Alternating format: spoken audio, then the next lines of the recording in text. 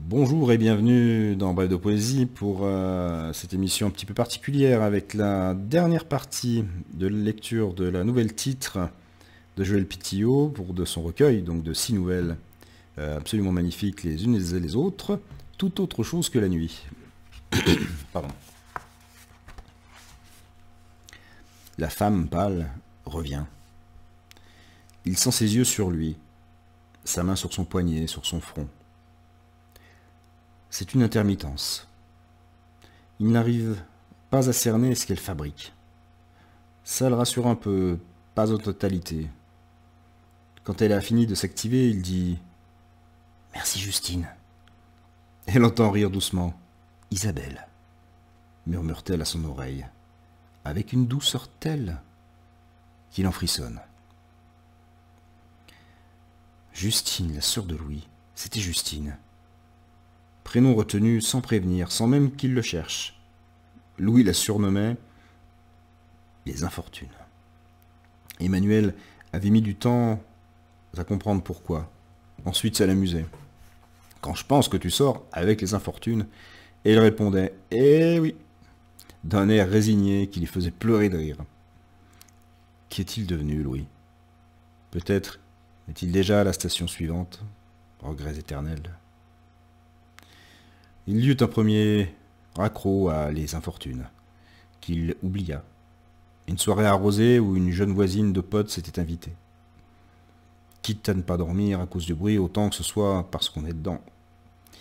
Il y en eut un second, puis un troisième, et ce fut à cela qu'il comprit qu'il s'ennuyait. C'était son tour. L'amour bégayait. Cette fois, ça avait été lui, l'initiateur. Il eut honte un temps, puis il oublia. L'oubli, le prix d'un avenir. Il se demanda dans sa blancheur d'agonie combien ce vorace-là lui avait pris de cadavres. Il bougea un peu dans son lit, juste un peu. Le mouvement et la douleur s'acoquinaient trop. La femme pâle entra, enveloppée d'un silence inhabituel. Peut-être les siens dormaient-ils, contrairement à elle. Il ne parvenait plus à traduire le temps. Lui d'ordinaire si habile pour le prendre à la lumière, au reflet, à la qualité des bruits. La frontière entre jour et nuit, celle entre matin, mi-journée, soirée, semblait fusionner en un présent de bégaiement vacillant comme une aube. Il ne sentit qu'à peine les doigts sur son bras, la fraîcheur d'un souffle. Chaque geste d'une empathie profonde lui faisait du bien. Quand elle s'éloigna, il tenta de reprendre le cours, mais que c'était difficile soudain. Qui, après Justine et le goût d'ananas? Qui, pourquoi? D'ailleurs, pourquoi pensait-il à l'ananas? Et à la terre, le pourrissement des feuilles, l'odeur automnale qu'il pouvait faire revenir comme il voulait.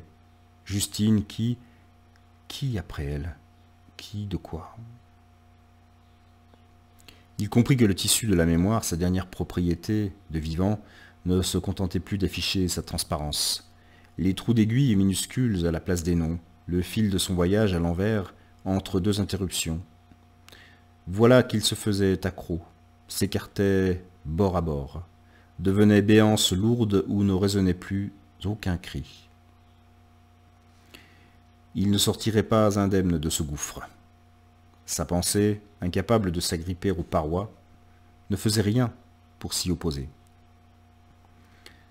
Des visages passaient, des mains, des peaux. L'or de Métis, la soie de Justine, sa rousseur, l'automne, l'ananas. Tout coulait comme une cire.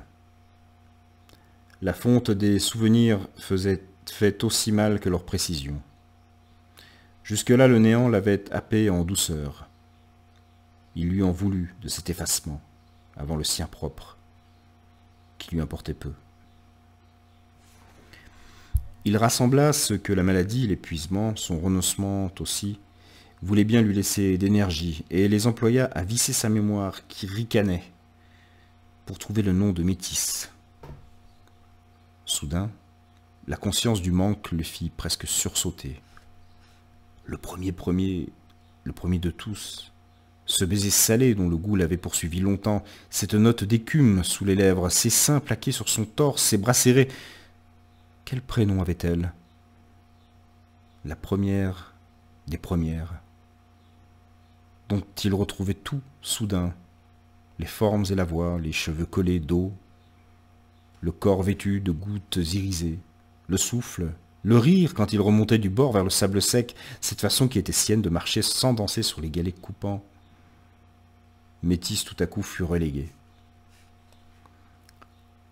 Il revenait à l'aube de sa vie d'amant et sourit, apaisé tout à coup parce qu'il partait vers cette plage-là et nulle part ailleurs, vers ces barrières, ces escaliers, ce chemin juste au-dessus, ces petites cabines alignées sagement. Il vit, oui, il voyait, le ciel particulier hanté de nuages fins traçant des ombres nomades. Il sentait le vent léger. Le bruit de l'été éclata.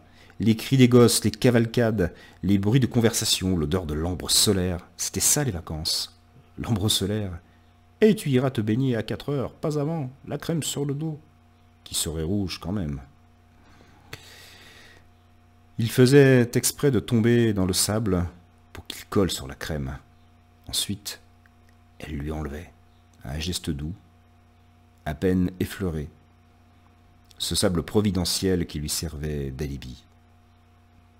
Elle, vive, douce, rieuse. Il ne tenait plus qu'à ce fil tremblant. Cette épure à laquelle il s'accrochait quand même.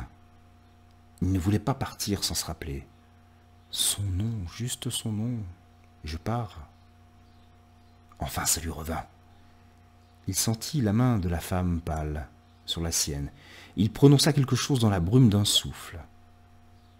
Le dernier.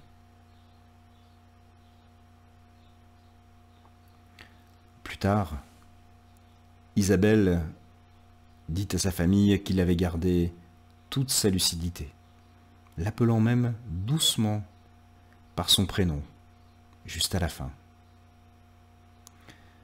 Ce fut sur cet ultime malentendu qu'Emmanuel Sabran embarqua pour toute autre chose que la nuit.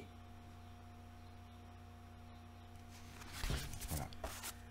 C'était la dernière partie de la présentation du recueil de nouvelles, de 6 nouvelles de Joël Pétillot, intitulée Toute autre chose que la nuit. Cette nouvelle que je viens de vous lire, mais je vous invite vraiment à découvrir l'ensemble. C'était vraiment passionnant, je l'ai vraiment dévoré ce recueil, donc aux éditions Fables Fertiles.